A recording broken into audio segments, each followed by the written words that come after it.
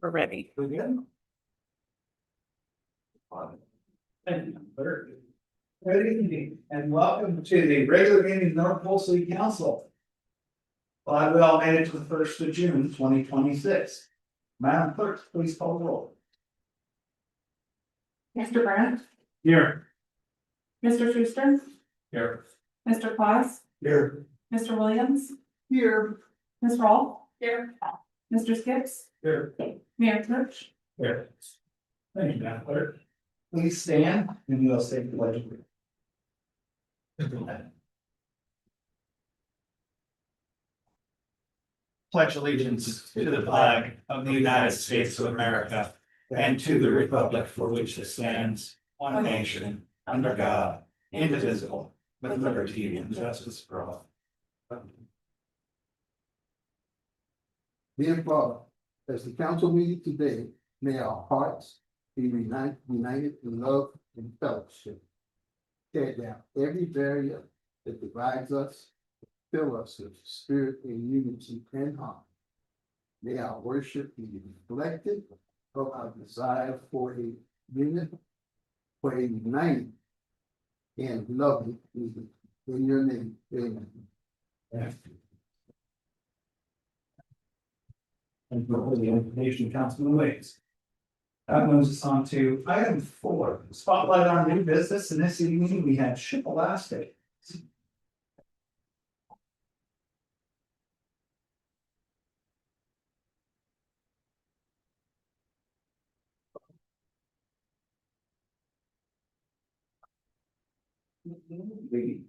Just make sure that when you're talking, it's into the microphone and the light comes on so that you can. Ladies and gentlemen, my name is Shiloh Greenwood and I own and operate Ship Alaska with my family. We're located at 500 East Smith Avenue in what used to be a post office building. And more recently was the North Pole Learning Center. Tonight, I'm here to update the council and community on the services we provide and highlight some of them specifically so that people can consider how they may be used in their lives. Also, I want to talk about how the city of North Pole can utilize some of our services if they choose to do so. Some of the most important services we offer will be highlighted here with a more complete list to follow. Number 1, shipping services. When someone needs to ship something, we can provide services through UPS, FedEx, and US Mail, just like the post office. The only thing that we are not able to do is registered mail. Okay. And there's reasons for that, there's security reasons. If there are fragile or special items that need professional packing or grading, we can perform those tasks. We can also insure items under certain circumstances, as the shipping process can be a little more violent than people sometimes realize. Especially since we're supposed to be at the end of the world. We also have channels for international shipping, LTL, which is less than truckload, and LCL, less than cargo load freight shipping. If a customer already has a label for shipping through UPS, FedEx, or USPS, which is the postal service, we can also act as a drop-off location. For customers expecting a package's arrival, we also act as a location that can receive and hold packages from FedEx and UPS. 2, private mailbox service. A customer who rents a private mailbox from us for personal or business use can receive all mail and packages from all carriers in one location. Items sent to a private mailbox have a full street address. So shippers who say they can't ship to a post office box don't have any problem shipping directly to us. That is a very common issue, and it is a very common issue that we've had here a lot. I don't know if many of you are aware, but a lot of people that do have addresses here in the borough, some of them are not registered with the post office. You do have to actually go to the post office and get a new registered address. There's still addresses out outlying areas of the borough that are not registered with the post office. If it ships through the mail or air carrier such as FedEx or UPS, we can accept it and hold it at our store. Also, a customer using one of our boxes distances themselves from having an address that is also their personal address. This can be useful for those who want more anonymity in their lives due to profession or concerns for safety of their home address and want to keep things more private. As an example, I recently spoke with a friend and colleague who had planned on privacy for their home due to personal concerns, but found out their home address was found publicly available through an unorthodox method they didn't see coming. By changing their address to a private mailbox, they could begin to separate themselves further from their home address and keep private what they want to keep private. Lastly on this topic, package security. The borough has seen a history of packages and mail being stolen from homes and mailboxes. By having a private mailbox at our facility, not only can we receive anything shipped to you, but we will be keeping them secure until they are picked up. Thanks to our hours of operation being open later than the post office, customers can come in after they get off work at 5 p.m. and still have access to their items. We also have Saturday hours to help provide receiving options. And a quick note on pricing, we're currently extremely competitive with the post office, as I was told by a customer, I'm actually cheaper. Might even be less expensive and with a more broad service to provide. Number 3, Ship Alaska is the only location in the area that currently has boxes, Mylar envelopes, and other supplies for shipping using carriers such as the US Mail, UPS, and FedEx, and freight. We're the closest spot that provides these items outside our stores and care goods. We carry bubble wrap, packing peanuts, date guns, and similar items.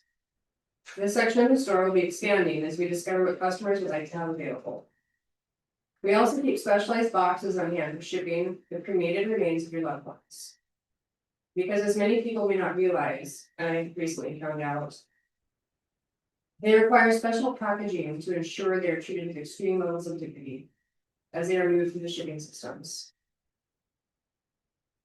Number 4, virtual mailboxes. This is something that's rather unique to what I do.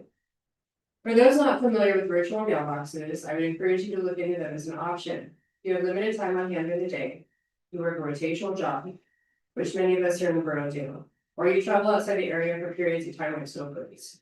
Essentially, we work with customers who aren't able to check their mail on a regular schedule and make sure they don't miss anything. It is important it shows up addressed to them.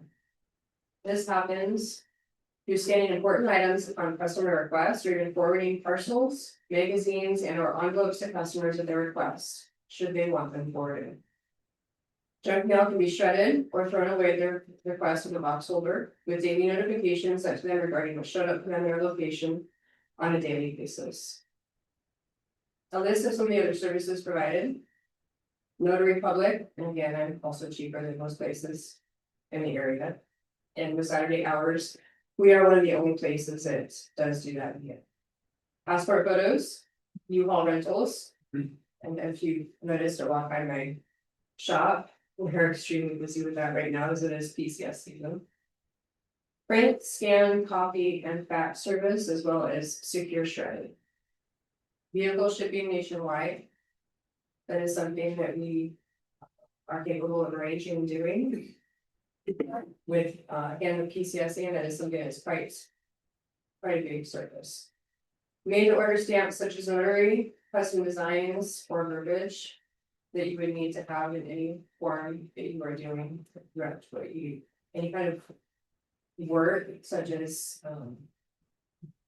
I recently had one for a delivery service that I do, that I had to create. Gift wrapping, we can create custom forms or notepads in bulk with a tear-off style grouping as well as post-its. If you have a favorite photo, we can put it on the form for a personalized touch of your stationery. Currently doing deliveries in the outlying areas and Fairbanks Post Starwood. We go just about everywhere. Coming soon or in the exploration phase for our business is DHL shipping, which is a very big international. For those of you that have been around for a while, Airborne Express years ago was purchased by DHL, which is a European company. Fingerprinting that will include options for CDL, trip cards, and hazmat checks, and TSA pre-check, which is something that is not currently offered in North Pole. Expedited passport service, which I'm currently working with the city of North Pole on, and trying to get a passport acceptance agent into the area. Our expanded print services to include photographs, print from web, canvas, banners, signs, stickers, magnets, and the like. I also have writing options that are great service to be able to have. I had a gentleman come in and I was formatting, behind it for him.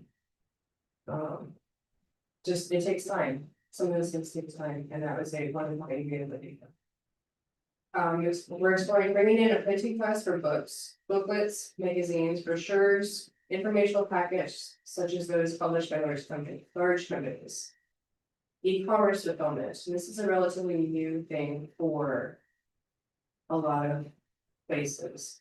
What ends up happening with that, just to explain that, is someone purchases something on the web or in their shop on a website, and you package ship in our store, and it's just up in our store. Business supplies such as papers, pens, limited electronic support devices. Being able to expand, there's an office supply store in Brookville, which is can be very limited at times. Bulk buy-in boxes, which means returning to the country. And money transfers to the Philippines. That is something I'm currently actually in negotiations with. That is not also not offered in the whole. Custom stationery and custom boxes and paper bags, which is something that for a lot of small businesses, it can be very difficult to find in the area. As you can tell, there's a lot going on in our storefront, and if you come in, you'll see many of us running around. We don't usually let much sell. We specialize in moving things around through our carrier relationships, but we don't stop there. We help others move things themselves with our boxes and packing supplies.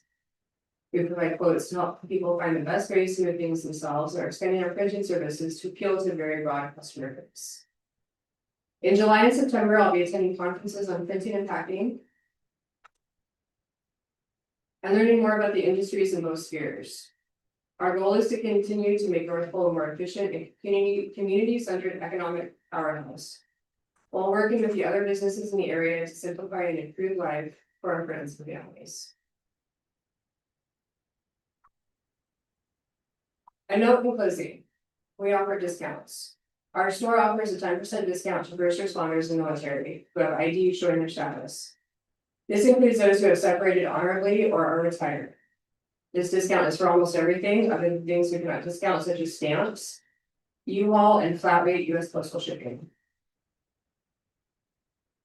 We also offer a 10% discount for small businesses on many items such as banners and signs.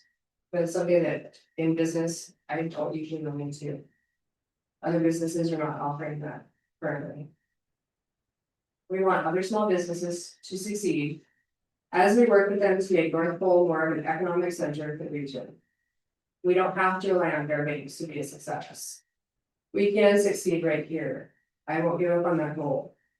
During a keynote address, Secretary Scott Bessent is quoted to have said, "A nation that cannot manufacture, mine, ship, or refine its needs gradually cedes its strength and sovereignty to others.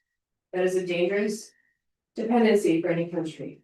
It is an unacceptable one for the United States of America." End quote. Local is important. Our state does not manufacture some of the basic needs of our local community, and the North Pole city and community is uniquely oriented and talented for such a time as this, through the many small businesses in the area. Any questions? Yes, sir. On the post from the box, how much did it cost? Which boxes? To get a box. It depends on the size, sir. I carry anything from a 6x6x6 all the way up to a custom made box. That means 3 to the yellow. Oh, mailboxes? Starting, I have both an executive size and what we call a business size. So starting for an executive size, a 3-month, starting at $87 for 3 months. Yeah, please. You're saying you hope to have passport service. How long that's gonna take? It depends on the state departments. Unfortunately, I do offer expedited passports in store right now, as well as the photos. But the difference being currently in process for that, which is why I've been working on the passport acceptance agent, is because. In order for an expedited passport. You have to go like paperwork, we go through that paperwork at the shop. You have your picture taken. We have to put it all in an envelope, and because of the process for expedited. It has to go into a passport acceptance agent in Fairbanks. To be stamped, that envelope is not opened. That person then can either bring it back to me for it to be shipped out FedEx or UPS for next day or 2 day, depending on the level of service they need or how quickly. To be shipped out the next day. Or they can do that there in town, so it takes that service out of our whole. So the passport acceptance agent is something that is needed here in the area, not only for our whole. But the closest one is UNF or this Fairbanks post office, which is gonna be difficult to get into. But also Delta Junction, which is, we open 1 or 2 days a week. And they're very limited hours. We're open Monday through Saturday. So, So for that agent, that's just for expedite. You do regular passports, okay? yes, sir. Okay. Well, Would you just run through your address real quick again and then contact number, so if anyone's listening wants to check. sure. 500 East Fifth Avenue, Suite C. Where all of the usual trucks usually are in the parking lot. My landlord is in the process of helping me get those put into parked in the back. Ready's been wonderful about helping me with that. And my phone number for the shop is 907-560-0500. And we do have a website and a Facebook page, even Instagram. I've been working on a lot of those things. I'm out of the office a lot with a lot of deliveries, so we come and go quite a bit. Ship-alaska.com is where our website is. Perfect, thank you. Councilman Braxton. From what I understand, people keep bringing their returns to you, like, Amazon, and, FedEx, and things like that, drop them off to you, and ship them off, so we don't have to go that. Correct, Amazon returns is, and I'm gonna be honest, the shipping world is changing very quickly. And the reason for that is. If anybody's really been watching and paying attention to the news in regards to shipping, Amazon is. One of those companies that is trying to get into that, and the United States Postal Service isn't doing very well. So Amazon, you have to choose the options that you have to choose, or having to choose the label, shipping label to drop off, so it's either a UPS label. Or whatever other labels that are an option, I cannot scan a QR code from Amazon. Well, thank you for bringing all those services to the city. Thank you for joining us this evening. Yeah, thank you. Thanks for the time. With that, that brings us to citizens' comments. Madam Clerk, would you mind reading the statement? Any person wishing to speak needs to sign up on the list located on the public testimony table. Respectful standards of decorum and courtesy should be observed by all speakers. Remarks should be directed to the council as a body rather than any one member of the council staff. Madam Clerk, do we have anybody signed up on the media?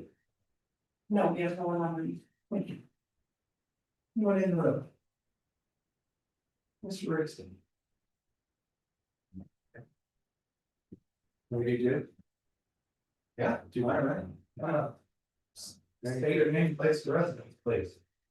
We're gonna do two for here. I'm Howard Rixey, today with the North Pole Alliance, and this is Aaron Lane with the North Pole Chamber. So we're just gonna talk about this weekend. All right, so I'll speak from the cruising park here, and I just wanted to point out the picture here, the scenario of the cruising stand on Saturday. We had 39 entries as far as cars go. 139 entries, sorry. It's been a long week, trust me. And about 41 vendors on the outside. We use crowd size sampling, whatever. So our estimate on people that attended the cruising stand was 4,992 people. in that 5 hour period. So we had a great day, no incidents, the weather held and everything else there. And there's a lot of people chomping at the bits to do it again next year. So that's all I have.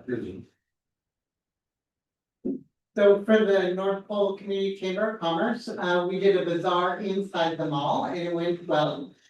We also, I wanted to let everyone know, if you haven't seen yet, the Santa's Friday Night Market starts this Friday. And so that is from 3 to 7 p.m. every Friday. And we have new vendors, we have our vendors from last year, so it's gonna be exciting every week. Different vendors, so come on down, 3 to 7. And then the mayor has our new welcome badge.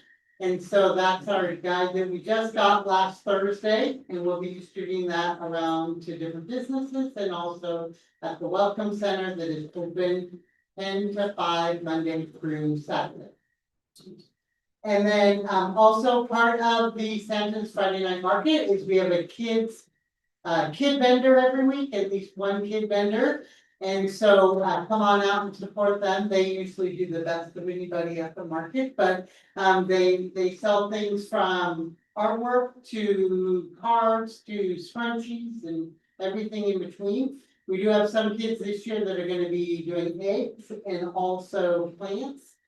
And then on July 18th, we're gonna do Kids Biz, which is kids only market from 11 to 3.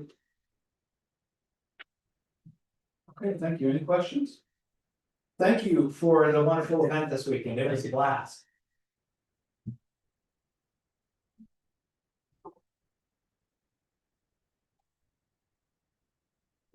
Good evening. Please state your name and area of residence. Hello, I will say name before I'm done. My name is Amanda Jones, I live on Allison Farm Road in North Pole. I wanted to take just a few minutes unprompted to say I love Ship Alaska and they're super supportive of the military, specifically of the nonprofit that I'm commander of. They have helped us on multiple occasions, not only with the services that they actually provide, but they've allowed us to use their space to have a meeting. And one of the reasons why we love having meetings in other people's spaces is we can take veterans to services in the community so veterans can learn about those services. And then vice versa, those services can learn about the veterans' needs in the community. So it can help expand the services they offer. So it helps promote economic development as well as it helps support the nonprofits. And so it's a huge blessing to have that business in our community. And we look forward to continuing to work with them on future endeavors.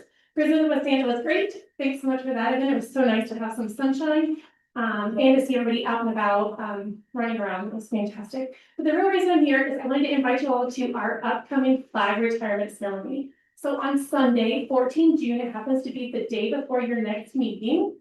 We are having a flag retirement ceremony at 12 p.m. at the Sulcha Fairgrounds. If you haven't been to a formal flag retirement ceremony, I encourage you to participate and attend one. It's a great opportunity to learn how to honorably retire our country's flag. A lot of people don't know how to properly retire a flag or when to retire a flag. And we go over all of that education during the flag retirement ceremony. If you have children or grandchildren, nieces, nephews, or just cousins that you want, the children are welcome to participate in our flag ceremony. And it's a really great opportunity for them to learn a little bit more about Americanism and partnering with veterans in the community and things like that. So I will send you all a flyer so you have that.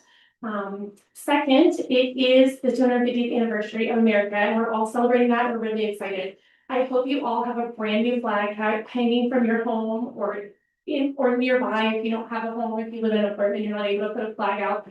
I hope that you know that you can purchase a new flag through the American Legion's website. And when you do that, if you choose to sponsor Post 99, it doesn't cost you anything extra to purchase that flag. We actually have budget flags for $10.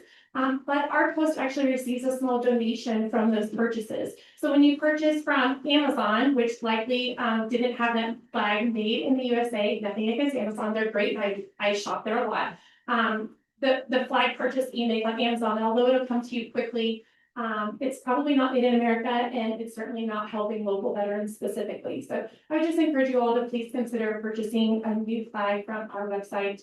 And as you see businesses and other organizations in the local community that need to retire their flag, let them know that they can retire their flag, or excuse me, they can remove their flag and they can drop it off at the Welcome Center. There's a flag receptacle box there. So they can put their flag in that. We do collect those on a reoccurring basis, and we will be doing that on our flag retirement ceremony for them. And you can purchase a new flag on the American Legion's website. Thank y'all for your time. Thank you very much for that. For the flag purchase, do you have a QR code that you could share with that in an email, or will that be on the flyer? So that's a little bit more fancy than the American Legion is. So I can get you the website. I actually do have a flyer, but I don't think it has a QR code. I think that's just. Just a web address where we could go if you would mind. I'll get y'all that flyer as well. Thank you very Thank you. much.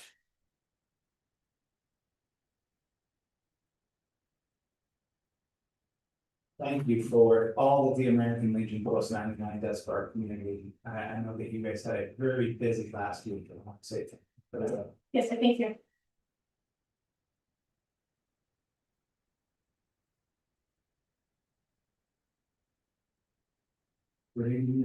Please state your name and area of residence. North Pole, outside of North Pole City. Want to do that after giving them ship them fleets, but anyway, I just would like to plug in for Alaska. If you have those initiative books that are feedback, your local little safer that you want in the office supply, it doesn't work, they will fix it for you. They were very kind to me, ask me. But the reason I really came here tonight is I wanted to thank, I don't know if it's local council, one person, if it was Officer Smith, who's not here tonight, or maintenance, but I appreciate you taking care of my issue that I discussed the last time I was in this chair. So I'm happy to see the graffiti off the wall. It's nice and cleaned up, and now our tourists don't see trash. So I appreciate that, and I hope it stays that way, and that we can keep it on that route. Thank you. Thank you. We'll continue to do our best to make that happen. Anyways, anyone else this evening? Once, twice, closed. All right, thank you. That moves us on to item 6, which is consented. That is the minutes from May 4th, 2026, regular meeting. Moving right in. Yes, ma'am, please. Oh, I am so sorry. Thank you for that. I appreciate that. I skipped 5. Can I get a motion, please, to approve the agenda and consent agenda? Motion to approve the agenda and consent agenda. Sorry, skips. Any discussion? Are we okay with unanimous consent this evening, council? All right, thank you. Thank you for that, Councilwoman Revolve. Item 6 is the minutes. Item 7 is communications from the mayor. I would like to start off by thanking the VFW post 10,029, all of the VFWs, Fairbanks, the American Legion post 99, all of the volunteers that helped make the memorial services last Monday absolutely exceptional. So thank you for that very much. Cruising with Santa was a huge success.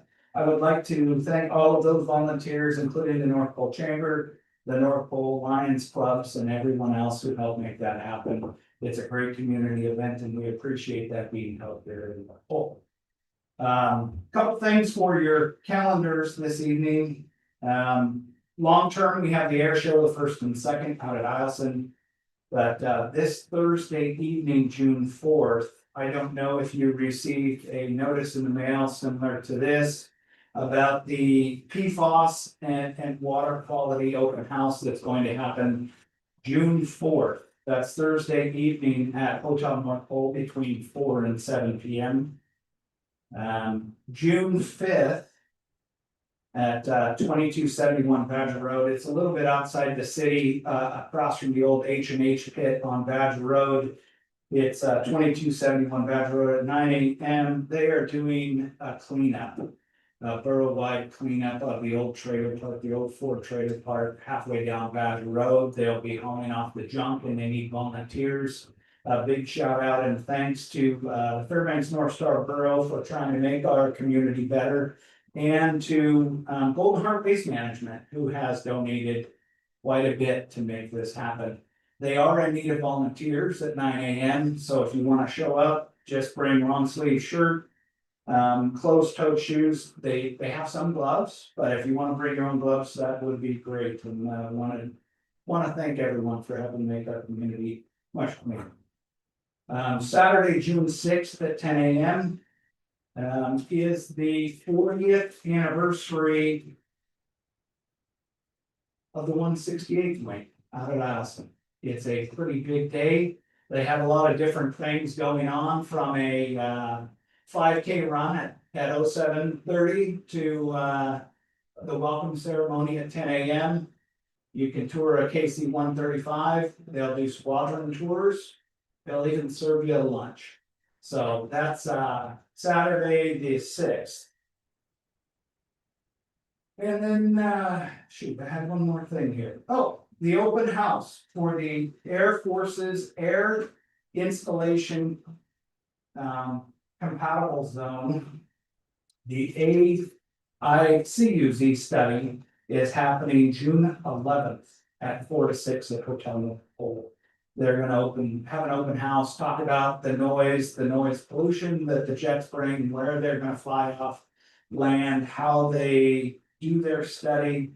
Should be fairly interesting. And then that weekend, June 13th, the Golden Heartways Family Fun Day and Truck Show in Fairbanks, down off of Tiger Extension Road, between 10 AM. With that, I'll take any questions that council members may have. Councilman Claus. Mayor, I just have a question. We were talking about flags and those here. And I'm wondering why on Memorial Day, you meet the mayor, also all the veterans, we also why our flag here at City Hall instead of lowering. So I don't have an explanation for your Councilman Claus, and then I want to just clarify what you said. I'm not the owner of Veterans Realty, although I do work there. I'm not the owner of that brokerage. I don't have an answer for you on the other thing, but thanks for the question. Thank you. Any other questions for the mayor? Okay, with that, we'll move on to item 9, communications from department heads. Director Glidden, would you like to start this evening? I don't have anything, just not to say everybody's doing their best. Thank you, sir. Oh, yes, one question. Please, one thing I'd like to comment on is last meeting, there's a subject of race conservation. And I am going to support the position that Director Lynn made regarding approvals of certain permits. I think that raises an entire issue again. I think there's an option to notice to realtors about a particular challenge that people at a certain area here aren't all have. So then they're looking for staying for our community here. So I think we're Okay, thank you, Councilman Claus. Anyone else? Please, Just Councilman want to Williams. know, one of the members that come up here indicated about, when she walks in about poop being all over the place. I like to thank some of you guys that did an excellent job in putting that device up. I asked her, was it a new one? She said, it's pretty good. One of these put it. So, you can get plastic bags too, or you can run out. Yeah, we can start with that. Okay, but. Well, okay, we can start with bags, that's fine, but. What was I think I was in Vegas, I saw a young lady, she had a blue bag. Just. I don't know what you call it, people give it. Yeah, we can look at it on short. Okay. Appreciate it. Well, some guys let it put it up there, and we must have thank you very much. So that way she won't have to walk in. Thank you. Yes. Please, Councilman Frank. I just want to say with the news that everybody got last week from Golden Valley, that the rates are going up 61% for the fuel surcharge. Just want to say it makes you look like an absolute genius for bringing that solar to North Pole. Thank you for the foresight. Appreciate that.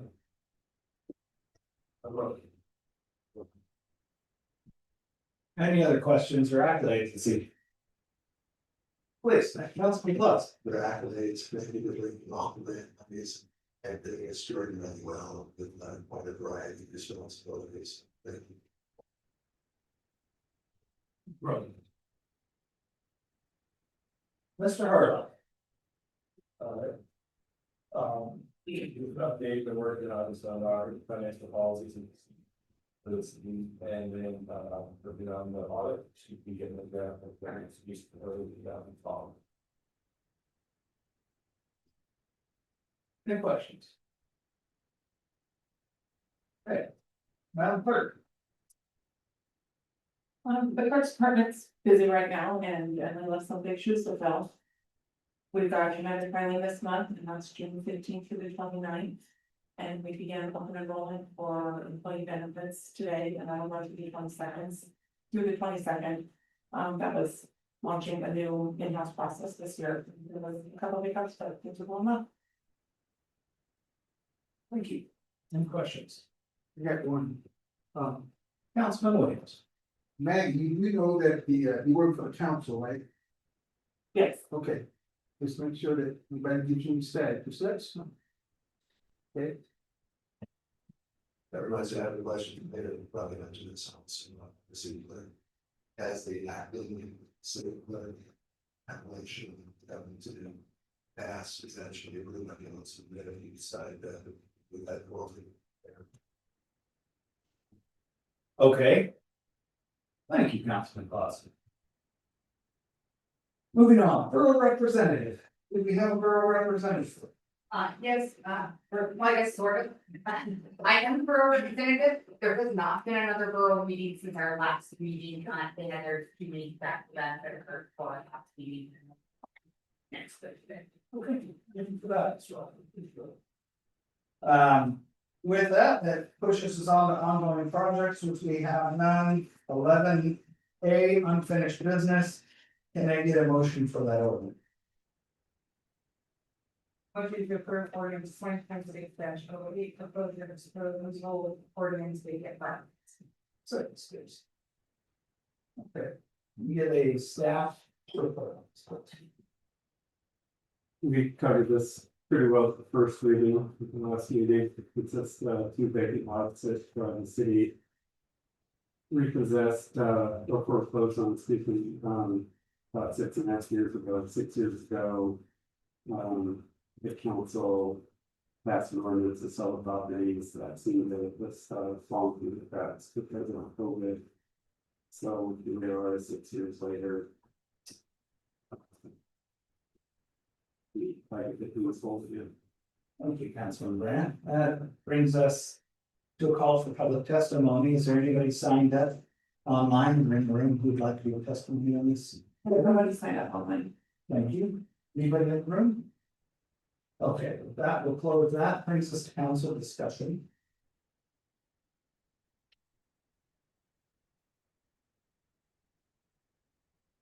No council discussion. I would like to move to postpone this item to our next meeting, that will be June 15th.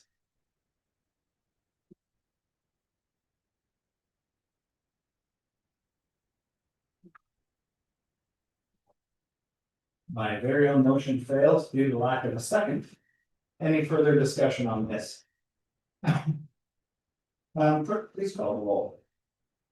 On the motion to approve ordinance 2026-08, Mr. Grant, Yes. Mr. Skips, Yes. Mr. Schuster, Yes. Ms. Rolfe. Yes. Mr. Claus, Yes.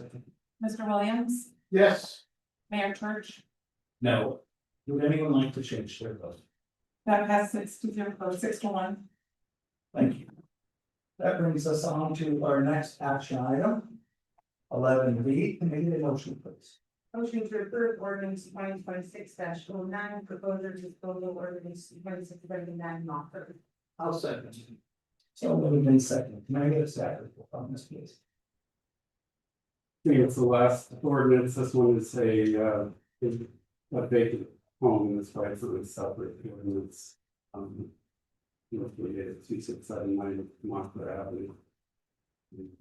Same thing, foreclosed on 6 years ago.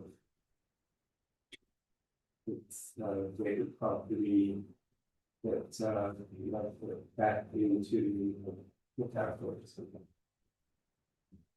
Thank you. Is there anyone signed up for public testimony on this ordinance this evening? There's nothing online. Seeing none, it takes us to council discussion. Seeing none, Madam Clerk, please call the roll. On the approval of ordinance 2026-09, foreclosure disposal ordinance 2679 Montclair. Mr. Grant, Yes. Mr. Schuster, Yes. Ms. Rolfe, Yes. Mr. Skips, Yes. Mr. Williams, Yes. Mr. Claus, Yes. Mayor Church, No. Would anyone like to change their vote? and that passes 6-1. Thank you. Appreciate that. That brings us on to item 12A. Budget one. Can I get a motion, please? Motion to introduce ordinance 2026-10, budget amendment to resolve the time. I'll second. So moved and second. Thank you. Can I get a staff report, please? I'm not sure if that's going to come from Mr. Harlow or the Director of City Services. It's Into the mic, would be sorry, thanks. this budget ordinance covers two things. One, it covers the solar project. And then it also adds some additional funding to the S&W contract. I think that's something, some more funds. Okay, thank you. Anyone signed up for public testimony on this ordinance this evening? There's no one online. Okay, that moves us on to the council discussion. Please, Councilman Brand.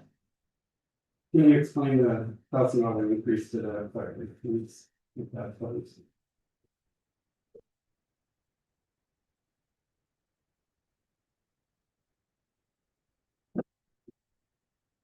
So that's what we're being charged, somebody pays with. Just, we run on. In that budget line. I'll be requesting that. With the fees increased significantly over last season. I'm not aware.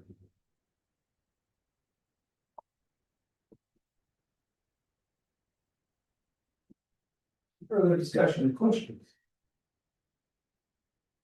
Being none, Madam Clerk, please call the roll.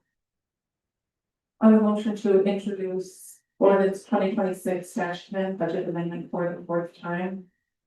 Mr. Skips, Yes. Mr. Williams, Yes. Mr. Grant, Yes. Mr. Schuster, Yes. Mr. Claus, Yes. Ms. Rolfe, Yes. Mayor Church, Yes. Would anyone like to change their vote? at 5-7-0. Brings us on to item B, ordinance 26-11, can you give a motion? Move to introduce. Ordinance 26-11, real ordinance 2013-03, in the North Pole, trademark Title 5, Chapter 5, Section 13. Second Skips. So moved in second, thank you. Can I get a staff report, please? That's great.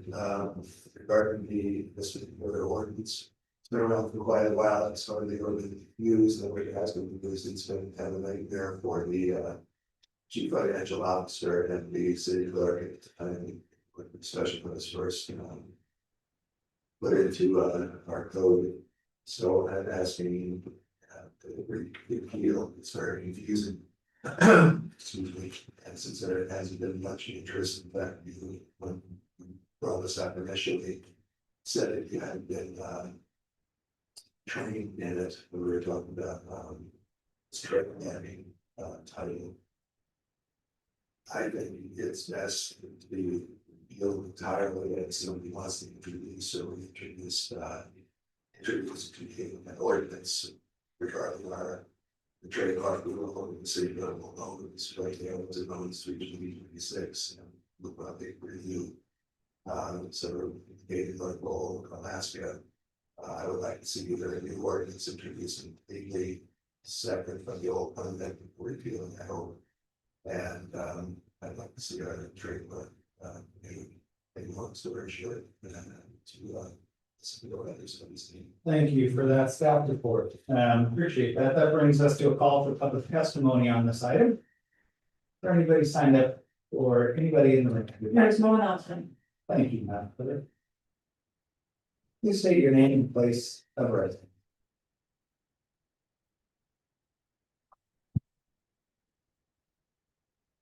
Name's Rolf, I live on Lake Drive.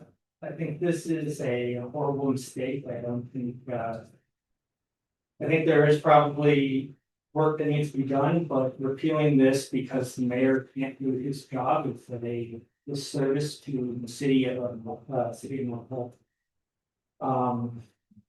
I think if changes need to be made, I think what you should do is change them at the same time as getting rid of this opens anybody to do this, which is not a great idea.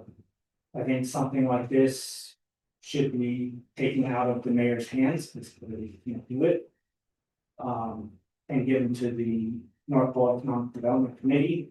This would fall solely in their purview as economic development. Yeah, I think repealing them altogether is just fine.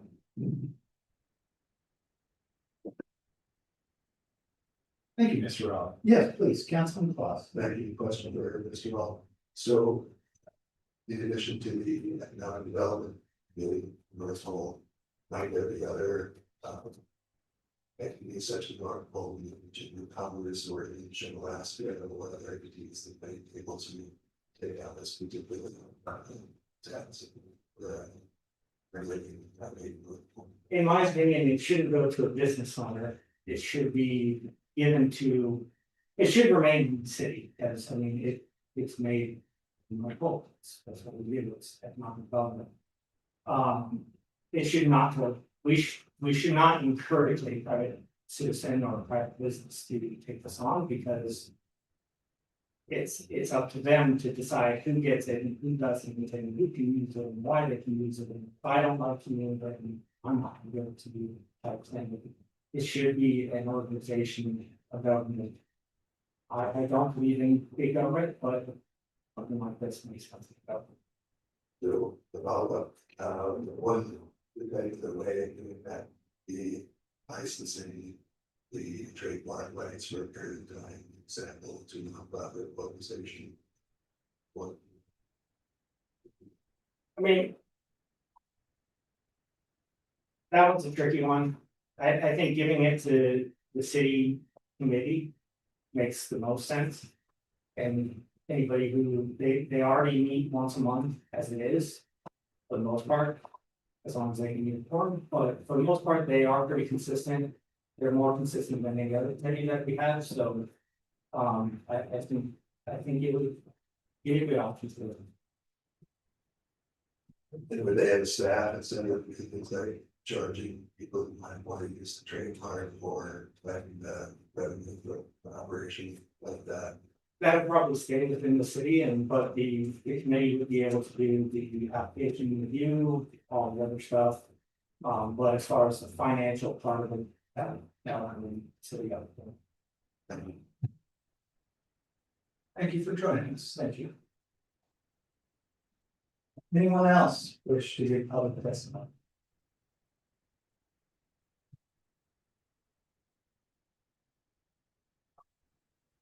Good evening again.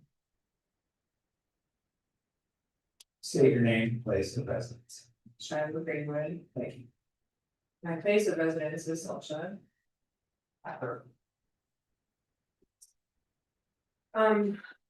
You may not be aware that we're the Chamber of Commerce in 2024 recently.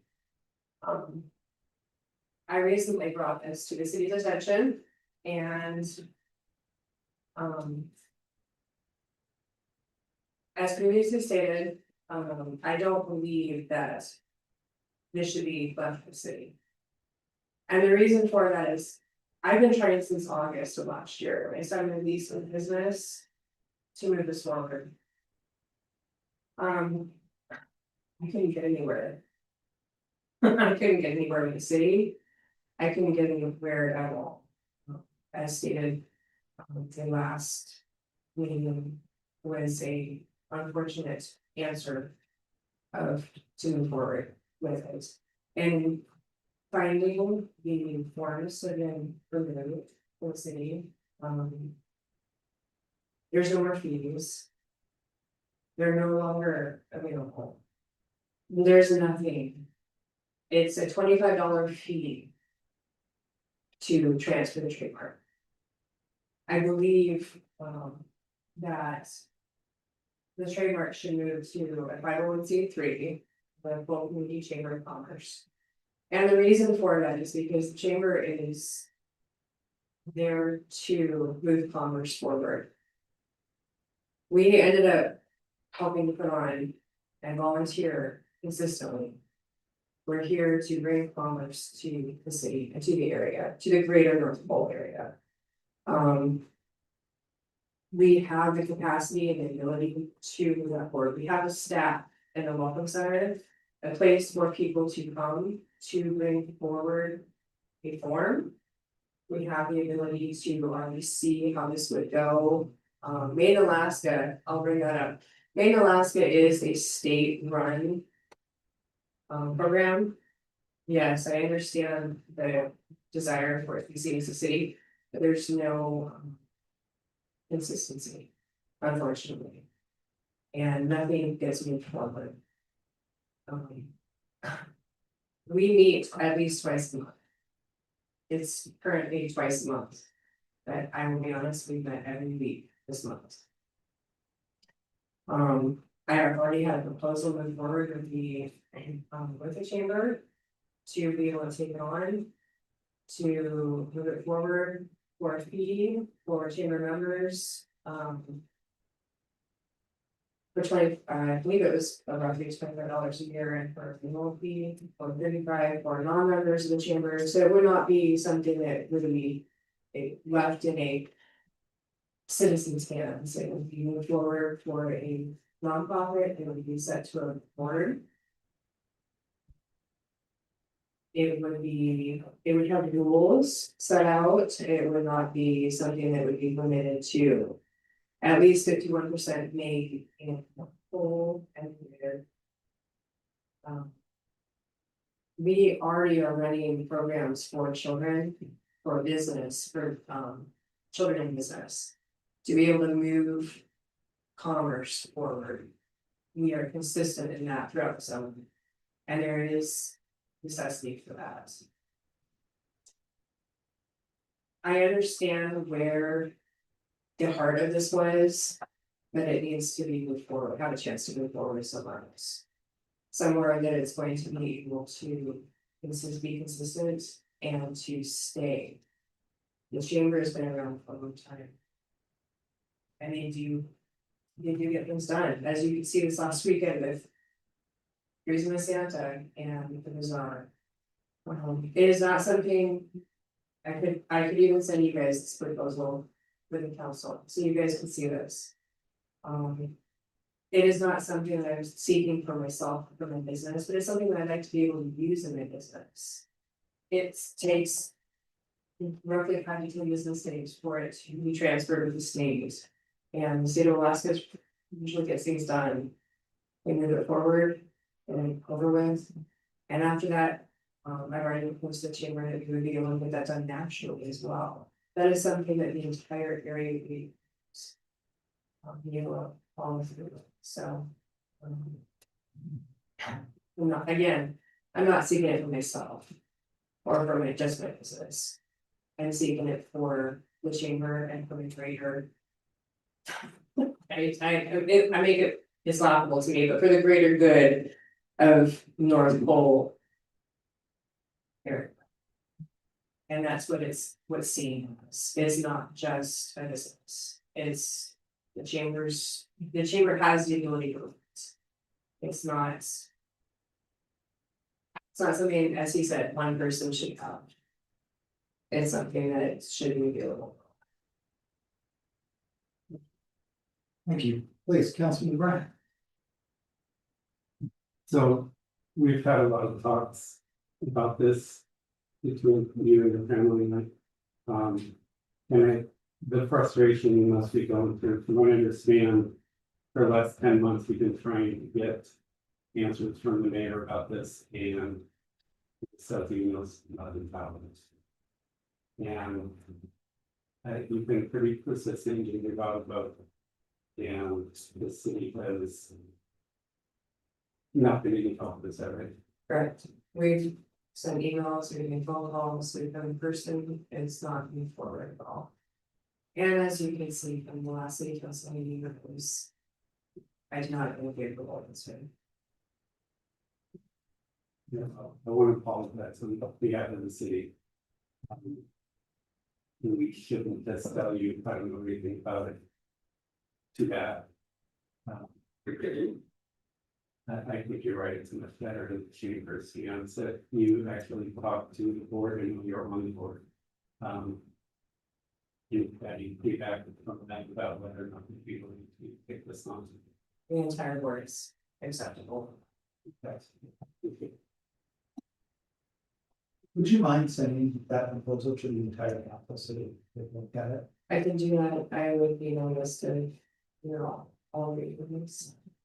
Okay, yeah, they're all online, but I know that your board, our whole chamber sends us stuff very regularly. So that would be wonderful, so we could take a look at that and review that before our next council meeting.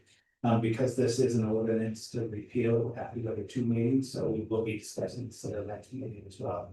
And that information should be very helpful for us. I understand. Thank you. Any other questions, please, Councilman Claus? There are a question about this. Perhaps instead of voting on this, it has been tabled till the next session. So an amendment between the. This is not the time to bring that up. Maybe during council discussion, that would be a time to bring that up. Thank you, Councilman Clausen.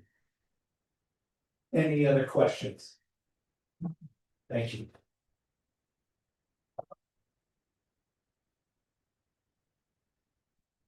Last call for public testimony on this item. Thank you.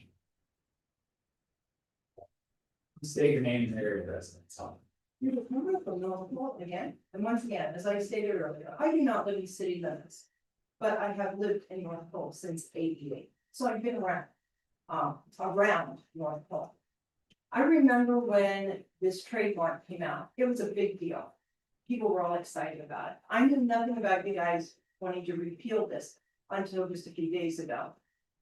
And I'm not saying you can't repeal it, but I think before you repeal it, you need to let the public know what you're planning on doing, instead of just coming into a meeting and making the decision and voting on it. I think the public needs to know so they can do their input of the people in North Pole that was really excited about it, because I don't think that they're all dead since 2000. So we're still around. And I think it's great to talk about what you're going to do with it, but I don't understand through this whole conversation. Why has it not been promoted?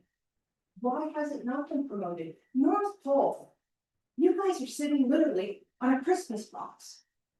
But the city has never opened it. Yes, you have Santa Claus house, but if you did not have Santa Claus house, what do you have here? What brings people here? When I have family come or friends, they are so excited to come to North Pole. And I go, well, all it is some candy canes on the street and Santa Claus house. Okay, can we go see it?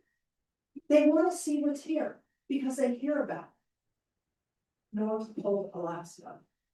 And to be able to have that stamp, no matter who carries that stamp, whether it is the city, it's the economic development, which I didn't even know we had an economic development until Barbara Means name came up a few weeks ago. Chamber of Commerce. But I think it needs to be put out to the public to let them know what you're discussing and get the feedback from the public. Remember, they're the ones that pay for you guys to be sitting here. And I think it's important to hear what your voters and your residents of the community want. Because it's not even being promoted.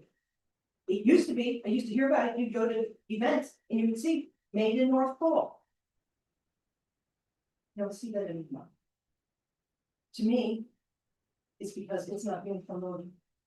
North Pole is not being promoted. Yes, you have a beautiful book that was put out here just tonight. Fantastic. But where does that go? You have a website. You guys need to promote on Pole. Where are you from?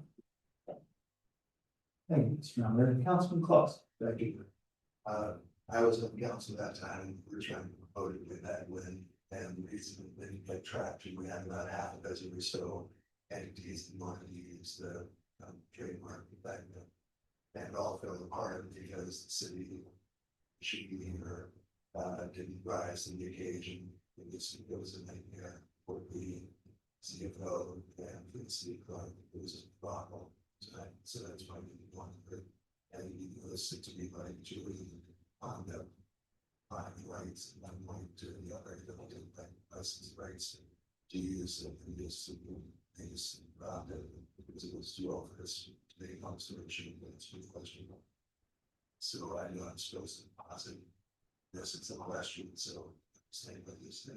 I understand what you said, but at the same time, it means that nobody else picked it up and it went nowhere and you let it die. There was no initiative to continue made in a North Pole to put it on anything. And now we're sitting here how many years later? And it looks like it was a dead subject, but it's not. We're here today. Please, Councilman Gray.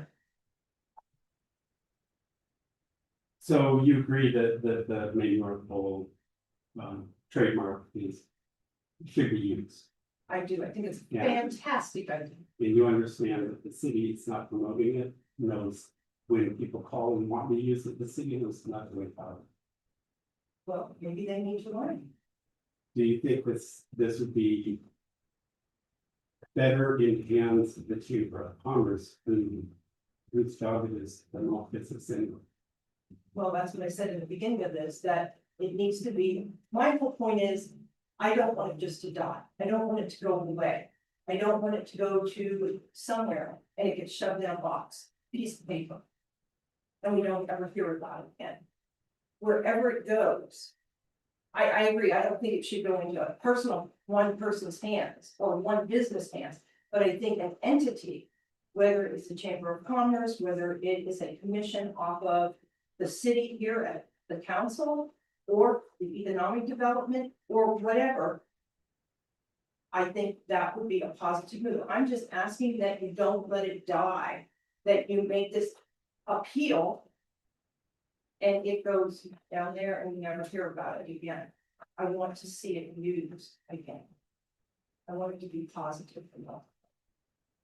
So do you understand that if the chamber were to want to take this over, we have to repeal this ordinance first? So we can transfer the trademark to them. Is that what the city want? I mean, when I say the city, is that what the voters want? Is that what the public wants? This ordinance has 2 readings. You're here talking about it. Everybody else is helping talk about it. In the next meeting, everybody's helping come and talk about it. What more notice and information would you like us? This notice today, I did not even know that this was going to be a topic until over the weekend. That was discussed. So it isn't like that it was put out there to the public per se. Yes, we put out your council meeting. Let's just face it, how many people looks at the council meeting? Not many people, but we do read posts, we read things that are news, we read paper, yes. So I just think you need to put it out there and just get more input, that's all I'm asking. And I don't care where you put it to, I just don't want it to totally die. I understand it needs to be repealed before it can go forward, but I don't want you to repeal it and then it stops right there. Well, we repealed it. I don't want you to play the games like the borough plays. Okay, any further questions? Please, Councilwoman. Did you have suggestions on how we can get it out to the public? I mean, I heard we must put it up in charge and then what are we doing this week? Is she on its own? But do you have suggestions on ways that we can get it out there? I'm talking about what's going on in the city. We've talked about the KJP, almost every week. But are there other avenues you can suggest?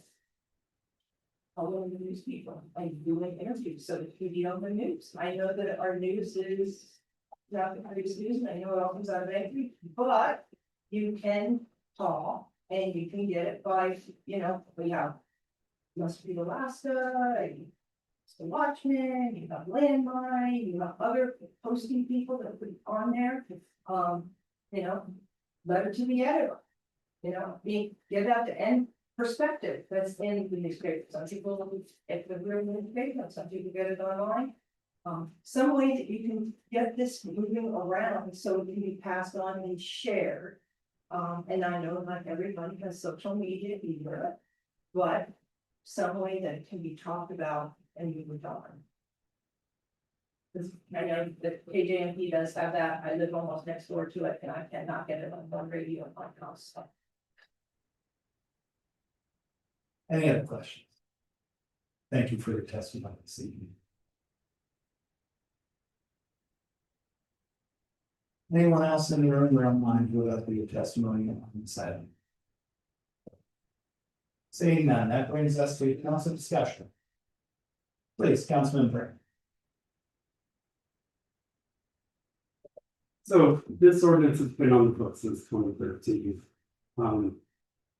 I can't find a single anything whatsoever on our website about it. The fees were repealed in 2014.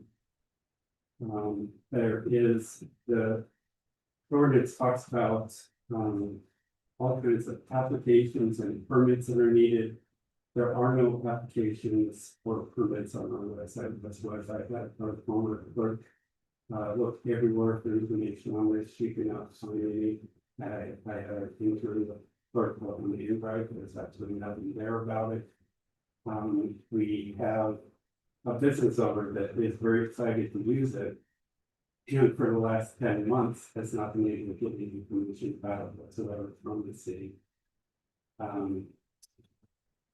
I think it's in much better hands with the Chamber of Commerce. And in order for us to allow the chamber to take this on, we have to repeal this ordinance first. I think that they would take it and run with it and make it useful, whereas the city in the last 13 years has not. And even if we were to get all excited about it today and make some changes and finally put the information on our website and make applications and permits and do all this, the turnover that we have here at the city recently, I can't see us being able to provide this service on a regular basis going forward. So I think if the chamber is interested in taking this on, and from the discussions that I've had with Ms. Greenwood in the past couple of weeks, they are willing to take this on. I think they do a much better job. Thank you, Councilman Bray. Please, Councilwoman. So opposed to this, I don't think the answer in most cases is just throw it. And that's what's before us here. It's nobody's using it, so let's just get rid of it. But first, the answer is what is the issue? How can we fix the issue? And that's not even been a discussion. The discussion that came before the council was just different. It's not being used, so clearly won't be on it. As we already said, people want it. It was brought forward. It was created at some point for a reason. The trademark has been alive. It's still current. If it wasn't something that was going to be used, what is the point of keeping that current? I think that there are some issues with the way that this was put together, that the way that it reads, but I don't think it's something that we as a city should just get rid of. The chamber could possibly be a good place, to run it, or to work with and doing it, but I don't think the answer is to just throw it out, get rid of it, and then say, well, we're just gonna blindly hand it over to the chamber with no oversight, no anything on what the. Councilman Brett. So the issue is that people are wanting to use it and they can't get answers. The ordinance says right here, the mayor of the city of North Pole is responsible for management and administration of provisions relating to the making of the pole. We have had local business for the last 10 months trying to get the mayor to issue her the right to use this trademark, and he's been ignoring her for 10 months. I don't want another business to come in and have that same problem. And the other issue, like I said, the turnover that we're having at City Hall is it's ridiculous. And it's Point of going, order, Councilman, please keep it to the topic at hand. this is a topic at hand, Larry. The turnover in the city of North Mayor Pole, Church, please, thank you. Councilman Brett. the turnover at City Hall is going to make us going forward with this an issue. Even if we fix everything today, 2 months from now, we're probably gonna have all new people in City Hall that know nothing about it again. Whereas the Chamber of Commerce has been around for many years, this is the type of thing that they specialize in.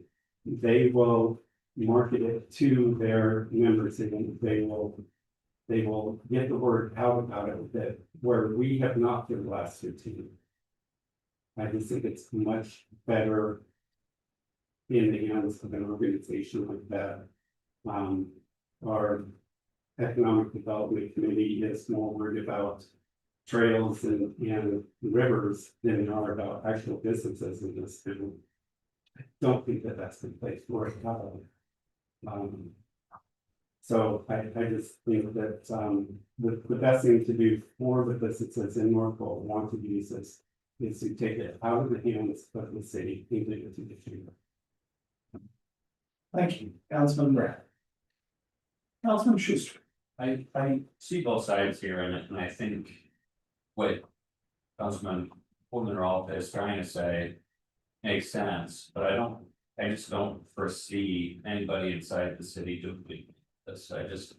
Who would be tasked with this that would have time to take this on in the next 3 months to deal with this? I just don't see it happening. And if people want to promote it and people want to use it, it makes sense just to turn it over. Councilman Rolfe. Yeah, so I understand the issue that came up at our last meeting. I don't know about you, that's the first I've heard. As far as I'm aware, she hadn't reached out to this community, as a council member, my understanding, she only reached out to the mayor to get answers. To look at it, like, I mean, to get information, and I agree with what businesses should be, or for long periods of time with something that they're running to use that they're currently hold and have rights to. But I still don't believe that the answer is just to get rid of it. I mean, the answer is to change the way that the program works. I mean, that would be like saying, well, we get a hold of somebody to get a business license, so we're just gonna get rid of requirements, business license. We're doing this thing. I don't agree with that being the correct way to move forward. Councilman Brett. The city has done nothing in 13 years to promote this and to promote the use of this. And I don't see that we will going forward doing anything to promote it. That's not our strong suit. That is the strong suit of the Chamber of Commerce. They will promote it. They will get businesses to use it, and that will help the city in the long run. Councilman Claus. Thank you, Terry.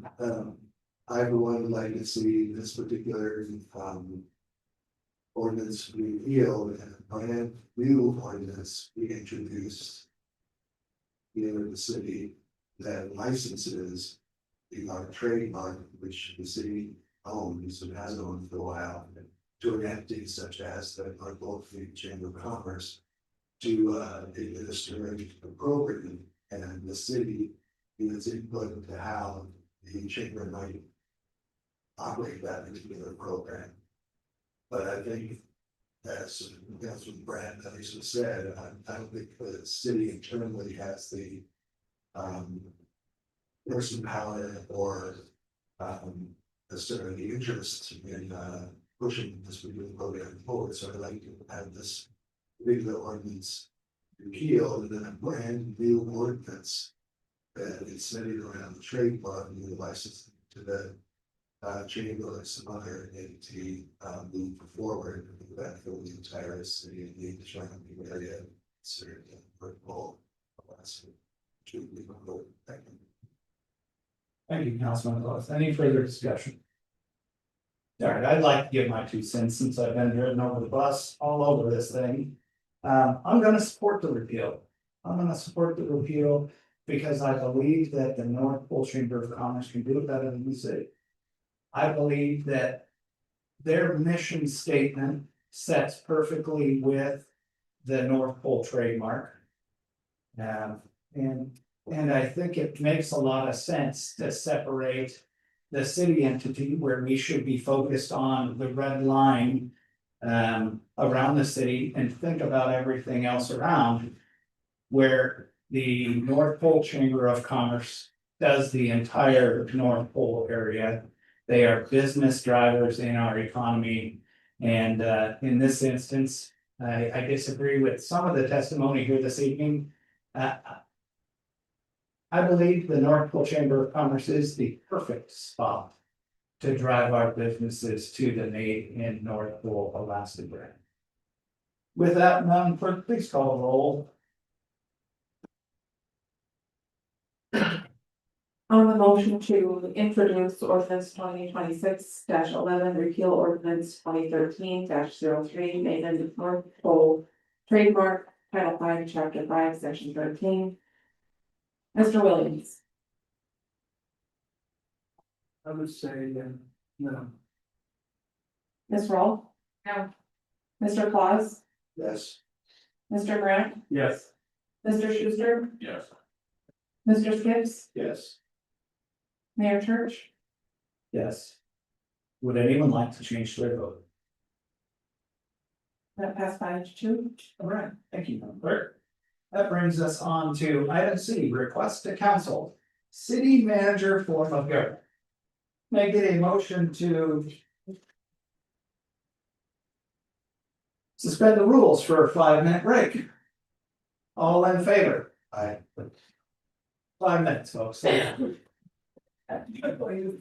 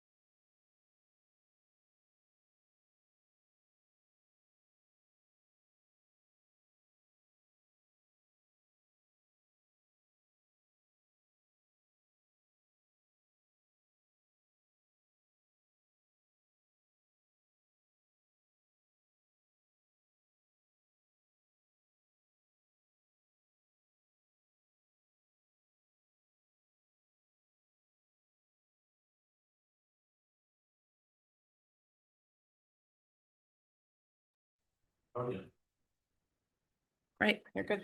Thank you, Madam Clerk, appreciate it. That brings us on to item 12C, request council city manager form of government. Could I get a motion, please, to introduce? Move to introduce, we request the city council, city manager, but. Second space. Moved and seconded. That brings us to a staff report. We have 3 names here. Who would like to give that staff? Please, Councilman Claus. Thank you. Thanks, Mayor. So with this particular, ordinance, city manager form of government has come up as a topic, at least for 2 years that I know of. And what tends to happen, instead of moving it forward, is the mayor saying, so, oh yeah, it's a bad kid. And when it comes up in the election, all of a sudden, he's not so big. You have to keep the city manager form. For us here, going cold, and sometimes every 3 years, sometimes every 6 years, people are somebody sooner than Asian.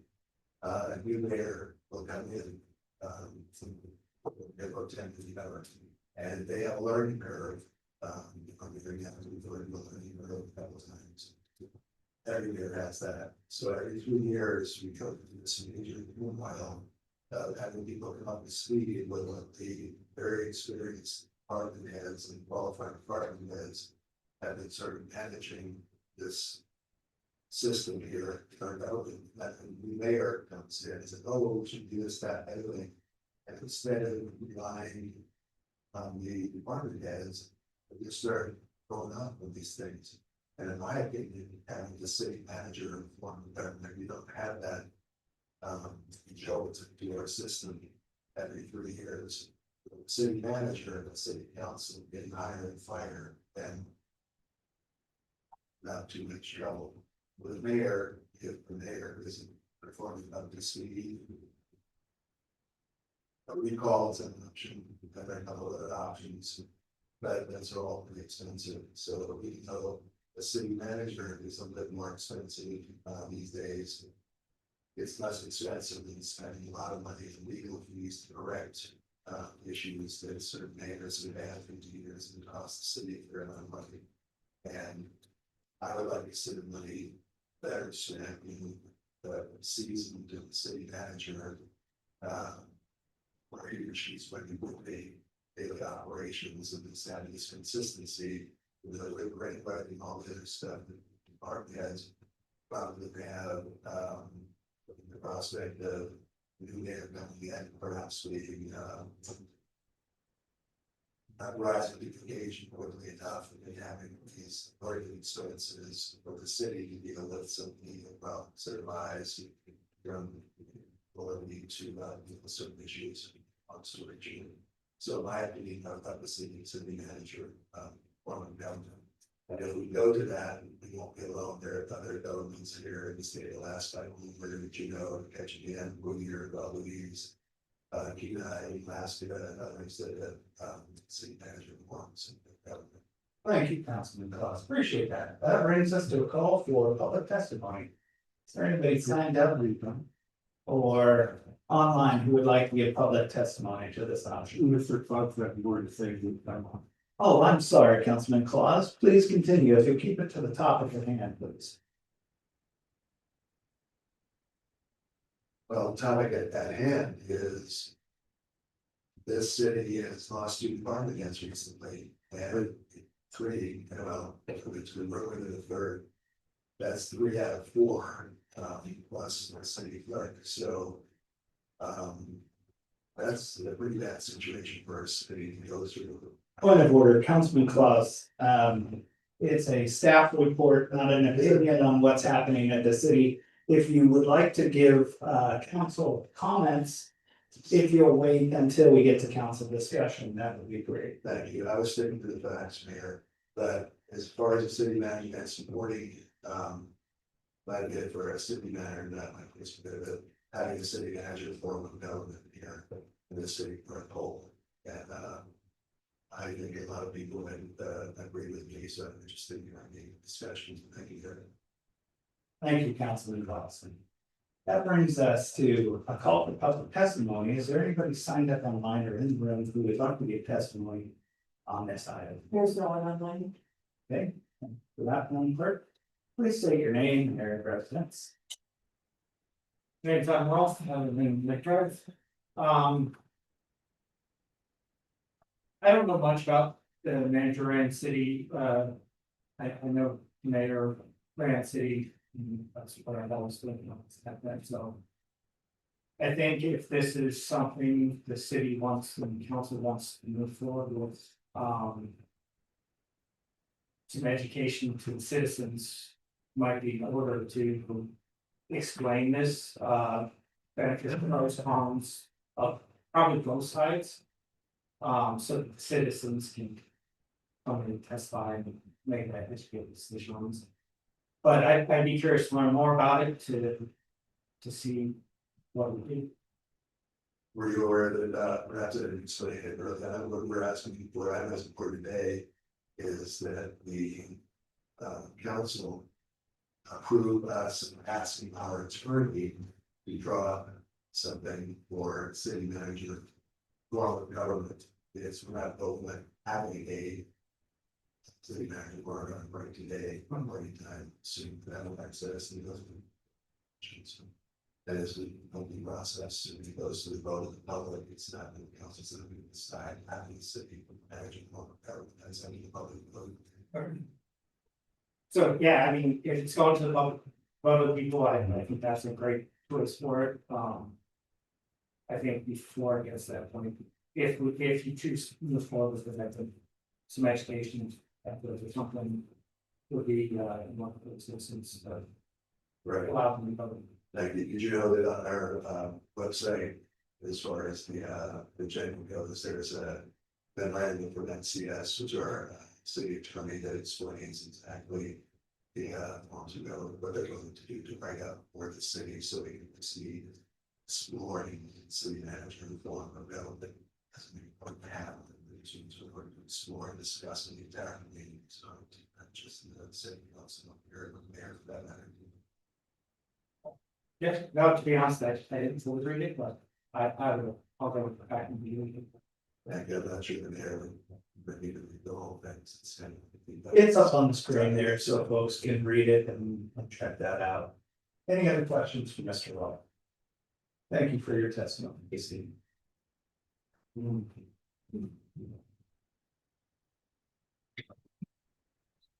evening, Howard. Please state your name and area of residence. Good evening, Howard Rixey, and I live in Salter. First, before I say anything, sitting in the back, we cannot hear you guys. You stand back here, even though your red light comes on, we can't hear you. So if you guys could adjust your speaking into the microphone, that would be great. At least for us older folks. That was a little bit. First thing, I do not agree with this particular action here. I think the people need a choice every 3 years or however long the term is to see what change needs to occur. It's a good and bad thing, a pro and con. So every 3 years we get an option to look and see and size up and say, okay, that worked, didn't work, let's move on. But if you do a city manager, you're gonna have someone long term, they have a tendency to get entrenched. And then maybe even perpetuate the good old boy system, we were talking about that earlier on one of the former mayors or whatever the case would be. I don't think that's a positive thing. I think the alternative really is not to do that, but do two things. One, why don't you create a standard transition plan for the incoming mayor?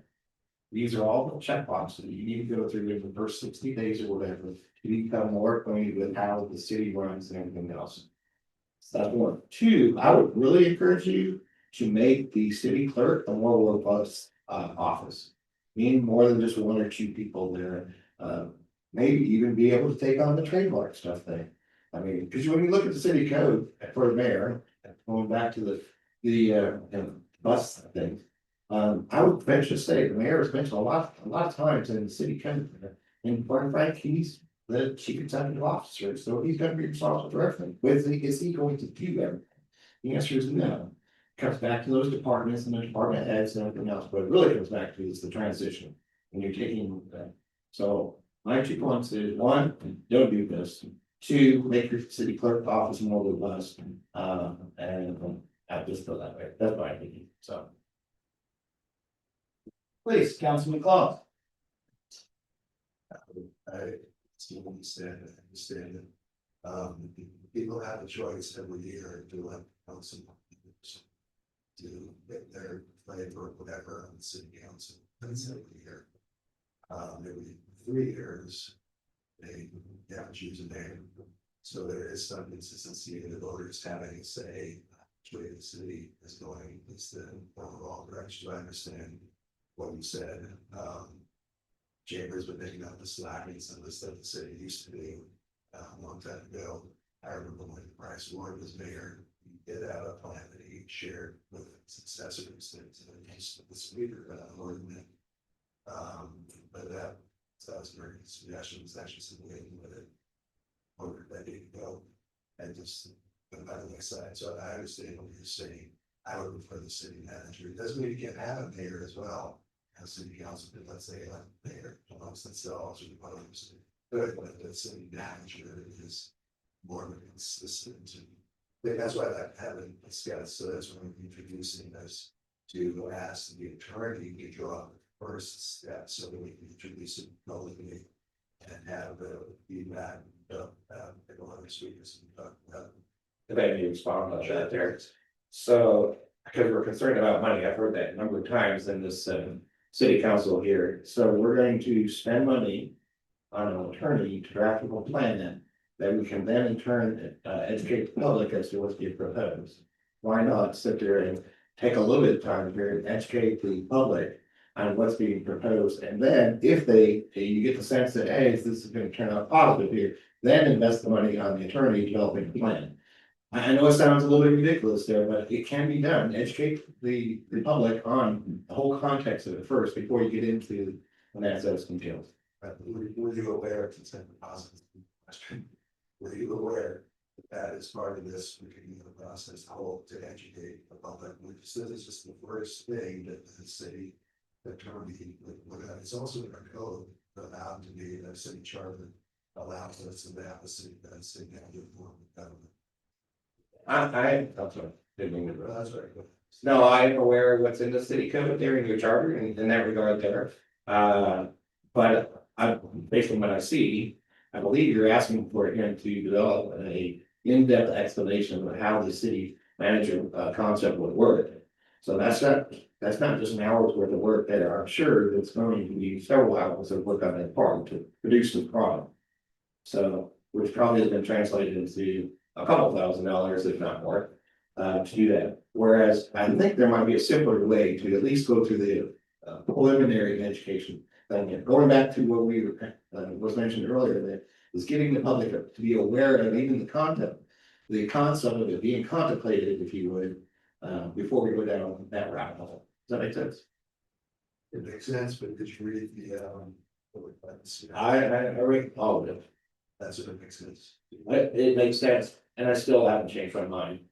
All right, so you have your opinion, I have mine, and I greatly appreciate that. Just to clarify, Councilman Claus, you said that if we had a city manager form of government, we wouldn't have a mayor by charter. We're required to have a mayor regardless of whether or not we have a city manager form of government. If we choose to go with a city manager form of government, the role of the mayor will be the mayor's duty to run the meeting and be the voice of the city while the manager runs the day-to-day business. That's correct. I just wanted, as a clarifying point, thank you, Councilman Claus. Any other questions for Mr. Rixey? Thank you for your testimony.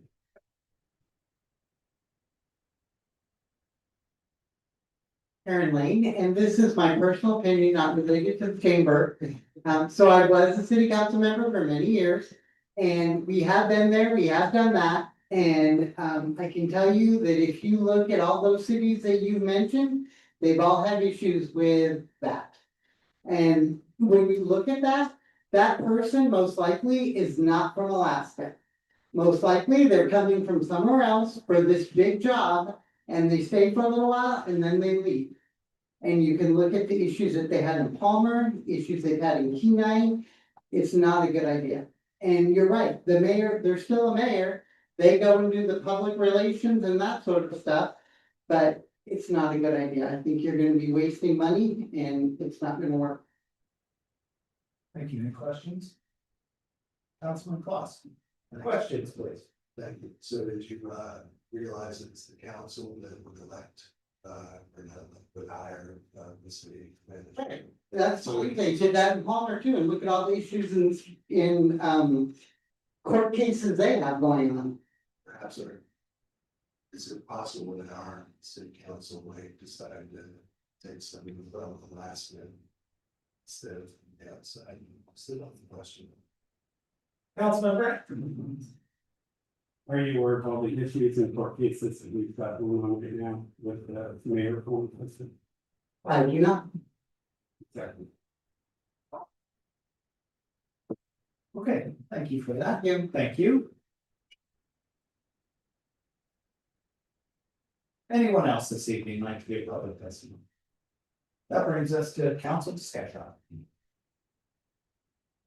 Please, Councilman Bray. So I think that this makes a lot of sense for our community. We're a very small city, 2,500 residents. So the pool of qualified executive officers, that this is a $10 million business basically with 50 employees plus the utilities. The only qualification to be mayor is that you have to be 18 to live in the city for the whole. You have to live in the city limits. That's the only qualification to be mayor. You don't have to have any negative experience. You don't have to have any experience running a business whatsoever. And that is in the butt big time. If we go to city manager form of government, the city council hires the city manager. They work at the pleasure of the city council. Currently, if the mayor decides to break every single ordinance in the book, there's nothing we can do to him. Then he's well aware of that. If we have a city manager, we can make him toe the line. If he does something wrong, we can correct him. Which currently we don't have that ability.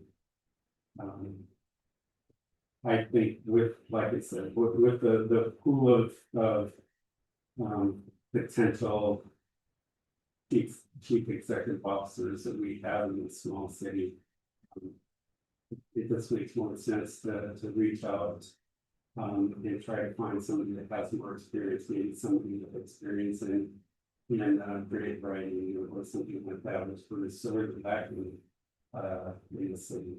We can bring that expertise and we can bring expertise on just managing people properly, things like that. So I'm all for this. Please, Councilman Schuster. Yeah, I think it's worth exploring. I'm just curious, did NCS give you guys any kind of estimates on what we're saying yes to tonight? Dollar-wise? They did give us an exact quote. At the bottom of this little page here is now this is the city council, like our offices, our job, in the city manager organization ordinance. Without a question with you, please let us know. That's sort of and I think so those are probably the steps along the way. So the previous question we got involved here was it's going to keep building up our utilities, etc. It will, but it'll be much less than the liabilities that sometimes occur from mayors that they require such as some ones that are people. Councilman Burke. I just want to make everybody make this perfectly clear to everybody that we're not voting tonight on whether or not to go to the city manager department. We're asking for you to understand municipalities are asking us to have a ballot question drawn up by our attorney that would go to the voters at the next election, to then decide whether or not they want to go to the city and common government. I think that's all that this is asking for. Please, Councilwoman Ralph. I just want to start with a question, clarification, what exactly are we doing? It's my understanding from the memo here and the way the question was phrased, or the motion was moved, is that we would have our attorneys draft an implementation ordinance, so basically what would change in our code, went from city mayor to city manager, as well as a ballot question that would then appear on the ballot, or would it come back to vote on to appear on the ballot?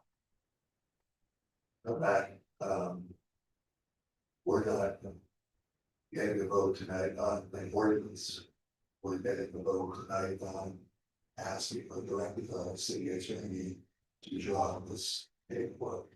Not asking for the vote, city council, but you know, to decide to do that committee to just begin this process and it can be a robust discussion.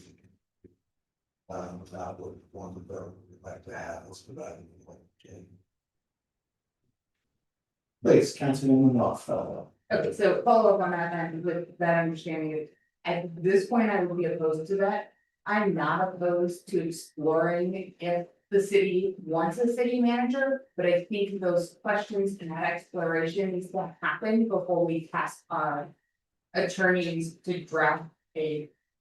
Probably looking at something like $10,000 ordinance of what the implementation ordinance would look like.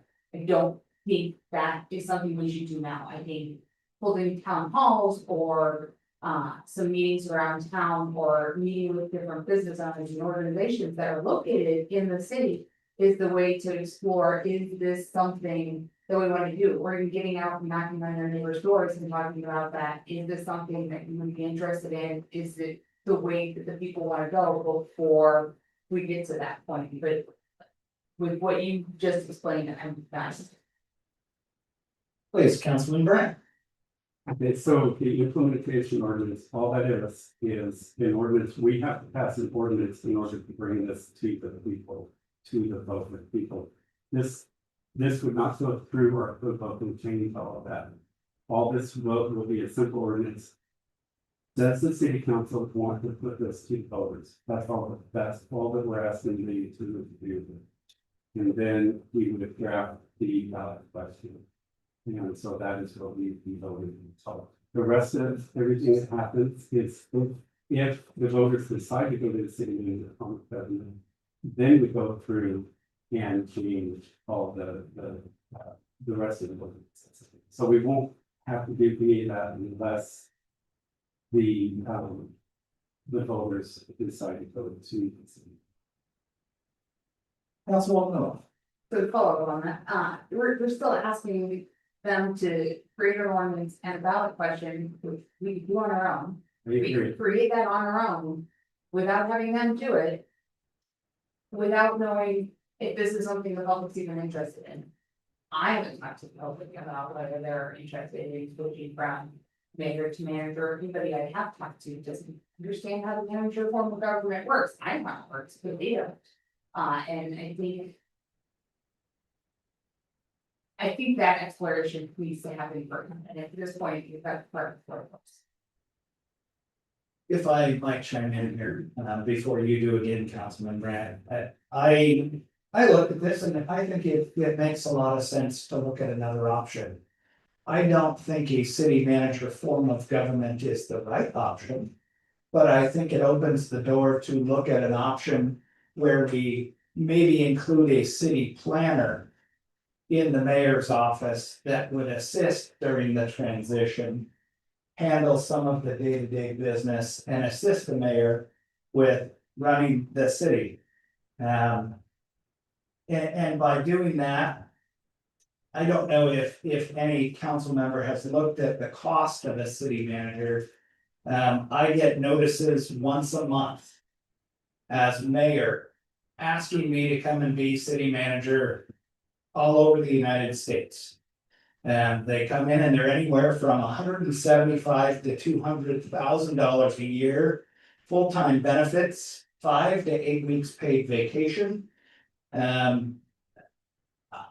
I respect what the council is attempting to do here and their thoughts. I just don't think we can afford that as a small city. Right now, you receive the exact same thing for $69,000 a year per code, and that will continue. I think that there's certainly things that can be done better in transitions. The transition from Mayor Welch to Mayor Clack was very poor. The transition from Mayor Clack to myself was not best. I do believe that we can work on a transition that makes sense from mayor to mayor so that our employees and department heads understand the differences that may come with a political figure. And I really do believe that it's people's choice to vote in who they want to see and run the city how they want to run. A million different people could be on the ballot to run like we have currently for governor. One person is going to win. They all have the opportunity, though, to go out and say that. But by hiring a city manager form of government, you are essentially removing that option from the people of the city of North Pole. So I'm against it for a couple of different reasons, but I think it makes sense looking into other options. Councilman Brand. We would not have to pay a city manager $175,000 a year to run a city with 2,500 residents with 50 employees. I'm not No. gonna find review. Councilman Brandt, I disagree with you, and I think it's worth doing some research. And you think we haven't done any research, right? All this does is it to the voters, and if we're going to put it to the voters, we have to decide. We have to pass this ordinance by the end of July, that second meeting of July, you're going to get it on the ballot. So the ordinance has to have 2 meetings, so it means that we have to decide soon whether or not we're going to even put this to the vote of the people. That gives us time to educate the voters about the advantages and disadvantages of the city manager's form of government in letting it up. Councilman Skips. Yeah, I wouldn't use with some of the people who gave public testimony. The main thing is about knowledge is to educating citizens. That's what we need to do. I agree with what Councilwoman Wall was saying.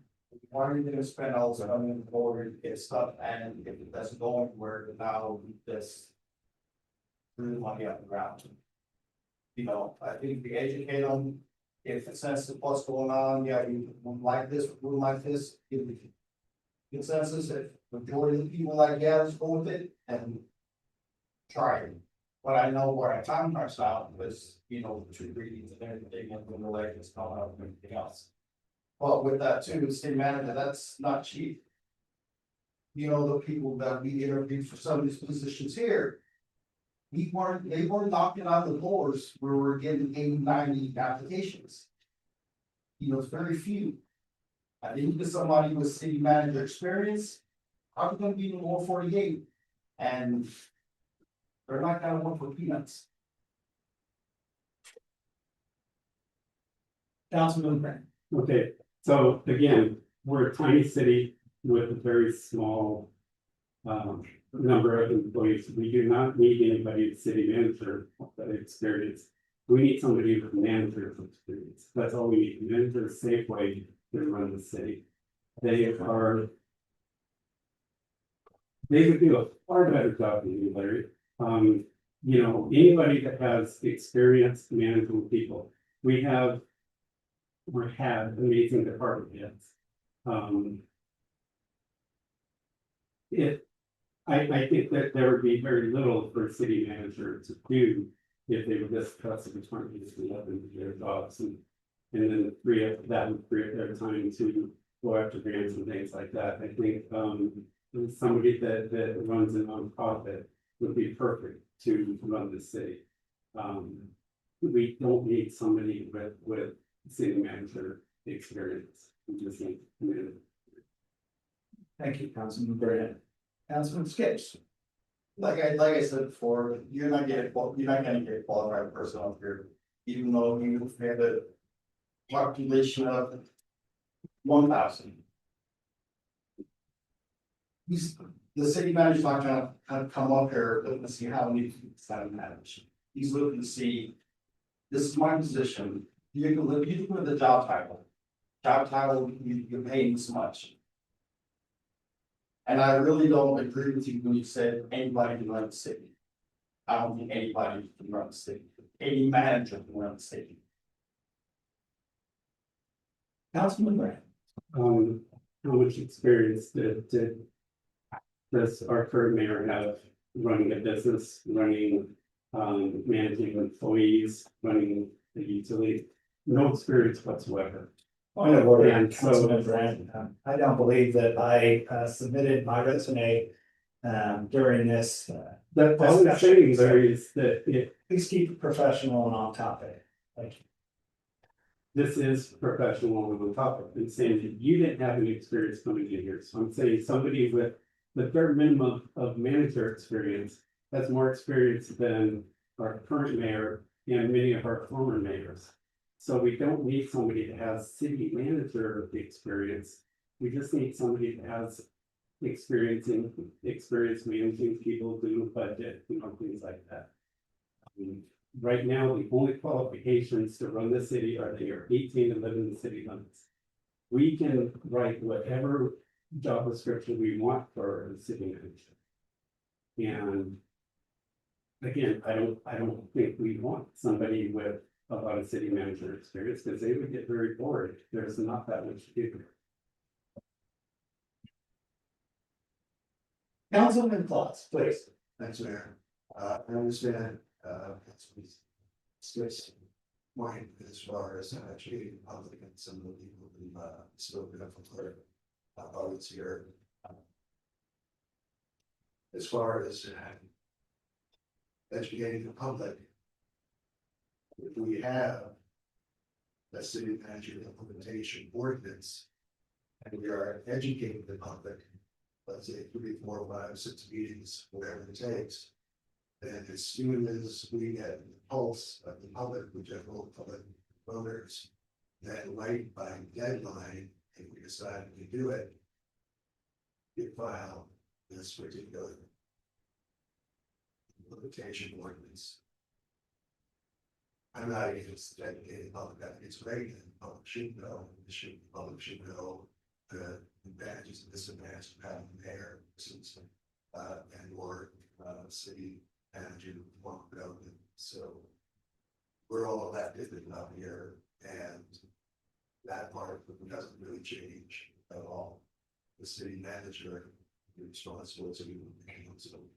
As far as educating voters, town halls, I've seen this chamber's bill talk about things like annexation or taxation, or sometimes housing, other issues.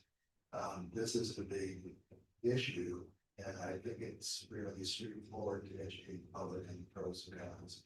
So I would like to have an ordinance in hand in case the public decides, yes, this is a move.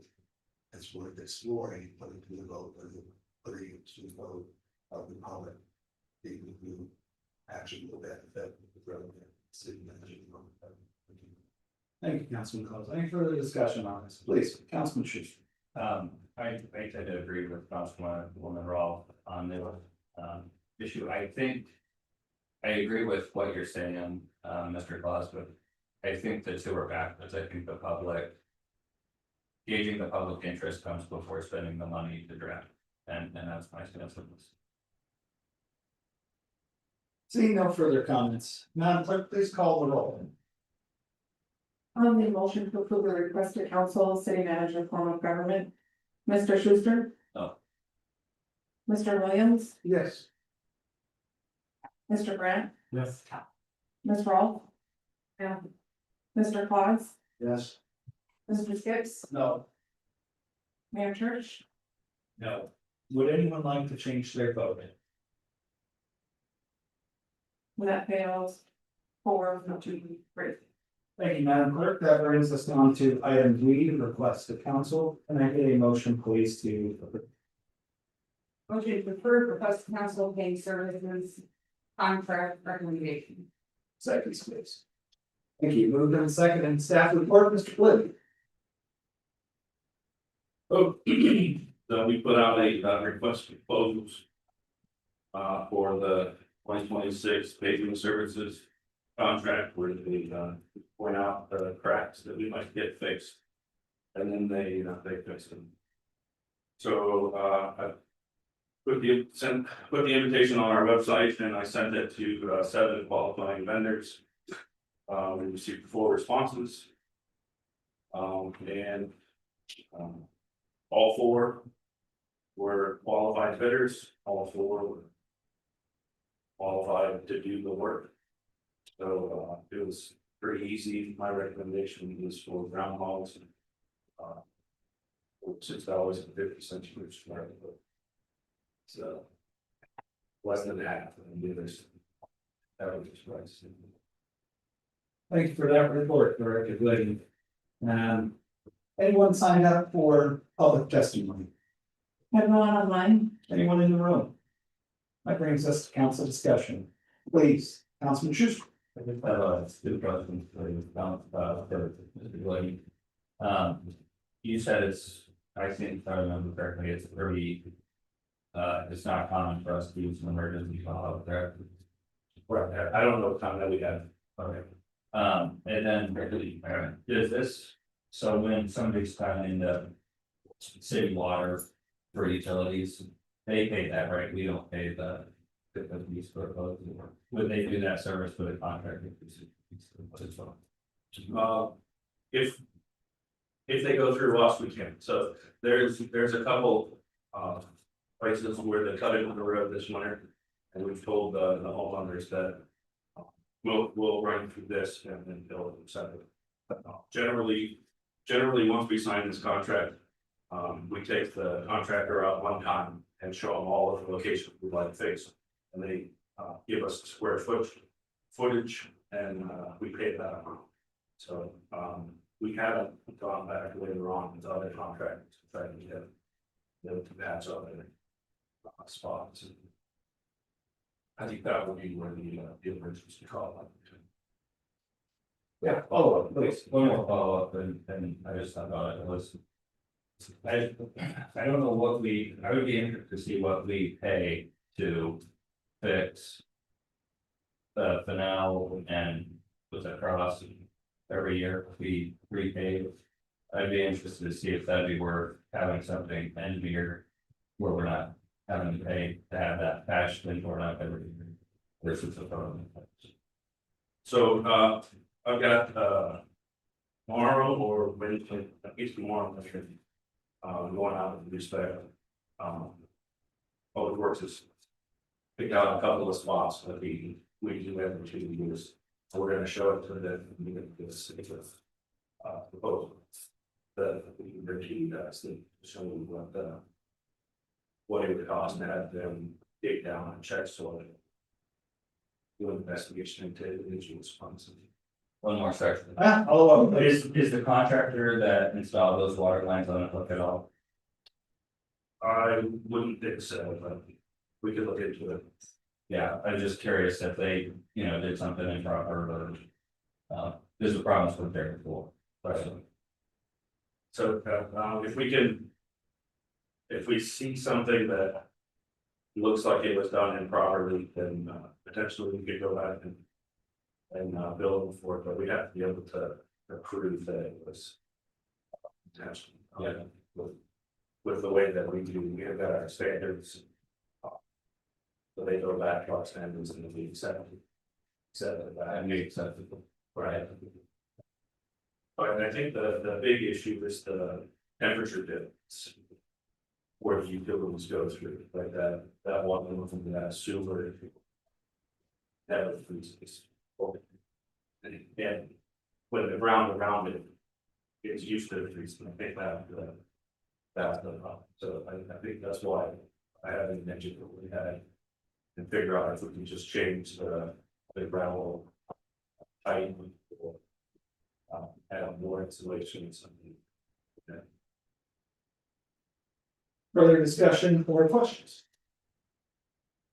Seeing none, Madam Clerk, please call the roll. On the motion to approve the request of council meeting services contract recommendation. Mr. Skips, Yes. Mr. Grant, Yes. Ms. Rolfe, Yes. Mr. Schuster, Yes. Mr. Williams, Yes. Mr. Claus, Yes. Mayor Church. Yes, would anyone like to change their vote? That passed 7-0. Excellent, thank you, Madam Clerk. That brings us on to item 13, council comments excluding the mayor. Madam Clerk, where should we start this evening? Let's start with Mr. Skips, Mr. Claus, Thank you. I would like to say that I already, this our now former city clerk, I think she was wonderful and a stellar job here in the city of Norfolk, especially for all of our constituents. This is the second leg of resignations and perhaps one more to come, so my heart goes out to all those people who've experienced what I would consider, in my opinion, kind of a toxic environment. So my heart goes out to right now. Thank you. Mr. Grant, Nothing. Mr. Schuster, I don't have anything. Mr. Williams, I like to deal with what Sam said, and also that I think it was 30. Well, anyway, we should have had a function here for Trish when we did, but the mayor never came out and did her recognition. To me, it shows something. I don't know what anybody else saw, but I know exactly what I saw with that done. And not having a function for Emily, that shows me something about the individuals higher up. That's not good. All right. And I appreciate what you guys were going to reference about that building thing. That was important to that individual. Constantly, and also, we're just gonna keep plugging away, try to make things better. And real, it's nothing against you, you do are hate it anyway, so you know what's going on. Okay? And I've always said, I'm here for the people. Okay? You got a person that ain't doing what he's supposed to, that one was not. Like the situation with Emily and her record, there was some paperwork that shouldn't have been. That should not have been in the paperwork, not good.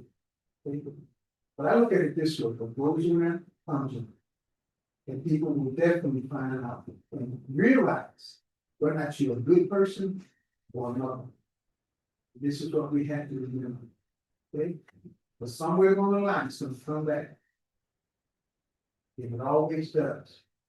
You got those individuals that that's a gift from God. But you gotta recognize it. You have to recognize it. We have individuals of two faces.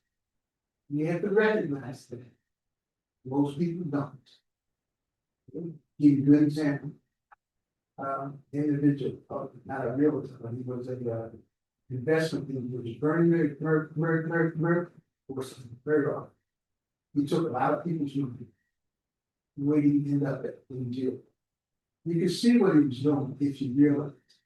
You trust what you don't trust. Okay? You got those knuckleheads out there that'll do that. They don't care until after they get caught. Oh, I'm sorry. That ain't no good. Because sometimes when you upset an individual, really upset an individual, you have to look over your shoulder all the time. Okay? So people are only going to take so much. We're fighting for food right now, gas, all that's going to come back. It's going to hurt all of us. We got those individuals that try to calm off other individuals from that same political system or what have you. They will get things. They will be, that's all I got to say, but deal to our guys out there that's doing the best that they can, trying to make things work. That's it for me, guys. Ms. Wall? Yes, I just wanted to give an appreciation and thank you to the Norfolk Fire Department, and their participation with the schools and the end of the year activities that they had at Norfolk Elementary did the water days with their end of school celebrations, event, water balloon fight, and our Norfolk Elementary, or our Norfolk Fire Department asked about elementary school, with the aerial truck and spraying down everybody, with the hose, and then they also participated in some Christian academies in the year celebration, maybe with bike rodeo. And they came out and helped participate around the kids on that, keep course safe, and then their fire apparatus there is to explore. Play with codes and everything, so just thank them for being present in our community, especially the outreach dating with kids. That's it.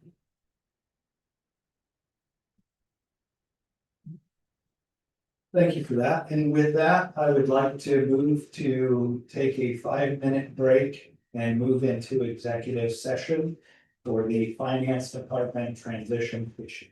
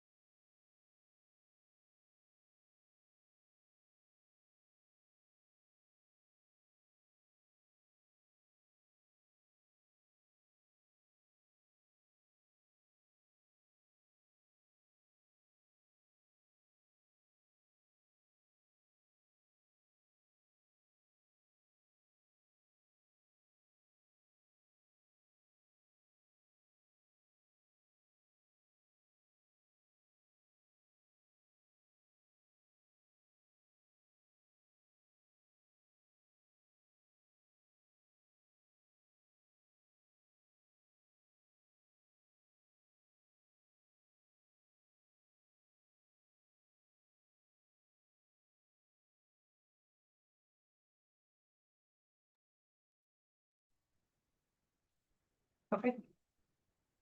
With that on the record. Yeah. Thank you. I'd like to move into executive session for finance department transition issues.